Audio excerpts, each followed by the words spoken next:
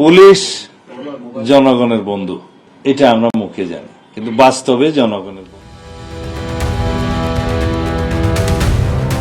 পুলিশের কাজে কেউ যদি অবৈধভাবে হস্তক্ষেপ করে তাহলে সঙ্গে সঙ্গে ব্যবস্থা নেওয়া হবে বলে জানিয়েছেন স্বরাষ্ট্রমন্ত্রী সালাউদ্দিন আহমেদ।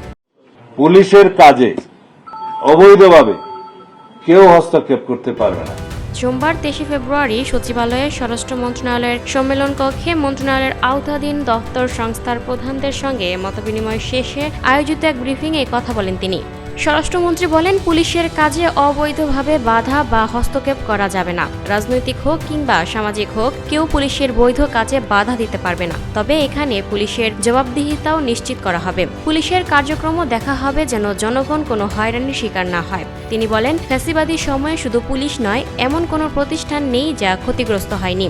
সেই ধ্বংসস্তূপ থেকে দেশকে ঘুরে দাঁড়াতে হচ্ছে। গণঅভ্যুত্থান পরবর্তী সময়ে জনগণের যে প্রত্যাশা তৈরি হয়েছে তার সঙ্গে সামঞ্জস্য রেখে কাজ করতে হবে।